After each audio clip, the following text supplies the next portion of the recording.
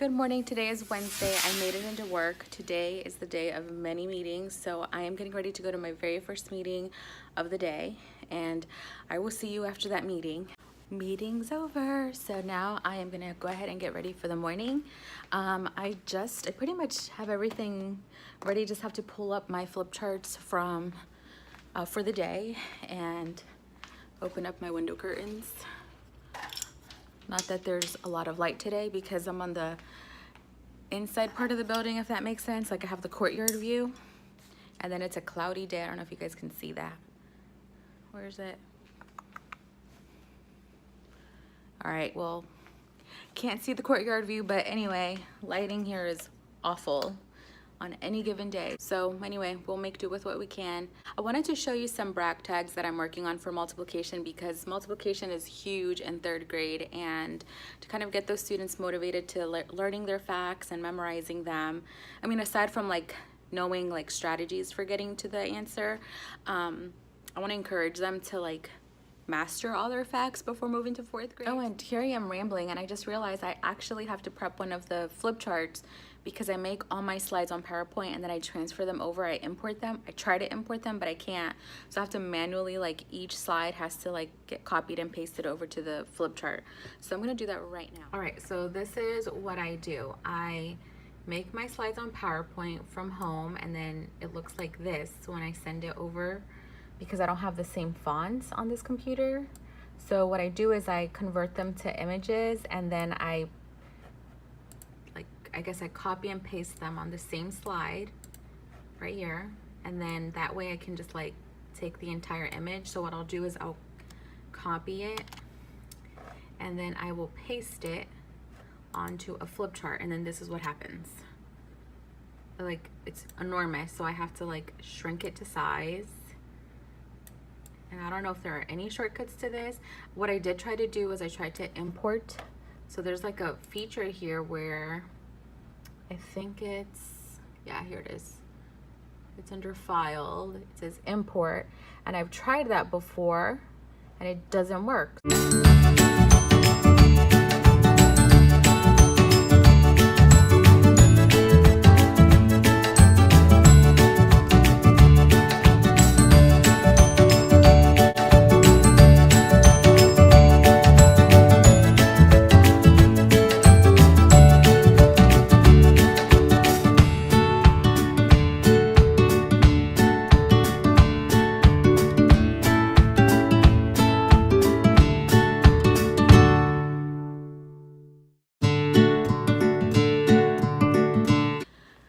You know it's a good morning when you make it through everything you planned for the morning. I noticed all the classes walking out to lunch, and I had everyone clean up, but I was able to meet with all my groups. We did our whole group lesson.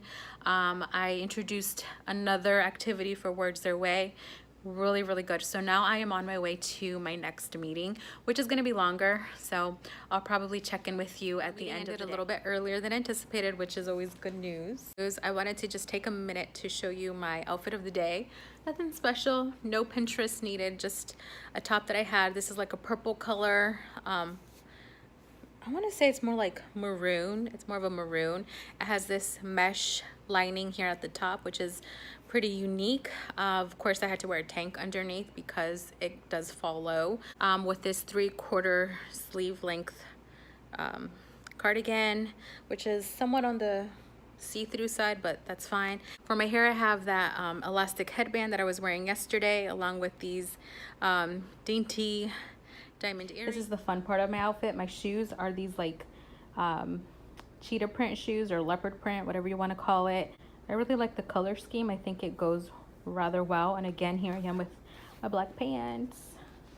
My arm candy of the day is this Michael Kors rose gold watch, which clearly doesn't work because it is 12:15 in the afternoon, but I like to wear it as an accessory along with this Lauren Conrad bracelet that I showed you on Monday, except I turned it over. So here's a look at one of the things we're doing to encourage our students to memorize their facts. Every time they memorize one of their facts, they get to sign those bubble numbers. So far the entire class has mastered zeros and ones. Those were the easiest. And then about 16 of them out of the 20 have mastered the 2, so they get to sign, and then I have to put the other numbers up to further encourage them. This is what I was talking about earlier today. I'm in the process of making my very own brag tags because I thought about buying rings from Amazon, like those like silver rings.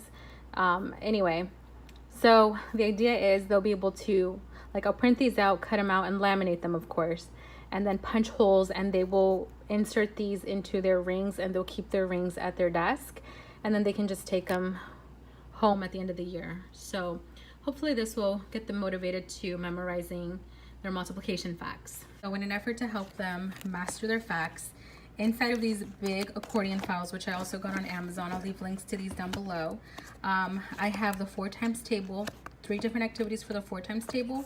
There's the 5 times table too, but they're not using these yet. And then the same activities for the 8 times table. And I also have the 9 times table, but they know not to do these yet because we're working on our 4s and 8s. So they have the option of doing this game. Look, say, cover, write, check, rewrite. And I have a trifold, not a trifold, it's a manila folder that I cut up into 3 sections so that they can easily do this game. This one really helps with skip counting. So for the 4s, they can find the secret code by skip counting. And then there is this one. These last 2 that I just showed you, I got out of Pinterest. I'm sorry, not Pinterest, TPT. So then there's this one. And then I have the same exact games for the 8 times table. So right now we're just focusing on the 4s and 8s. And then for homework, they come here in the mornings and then they can choose the activity they would like to do for the 4 times table.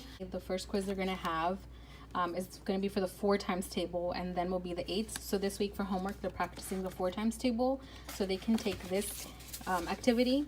It's the ice cream shop fact fluency game for the 4s, or they can take this one. So they can choose whichever one they would like for each single night.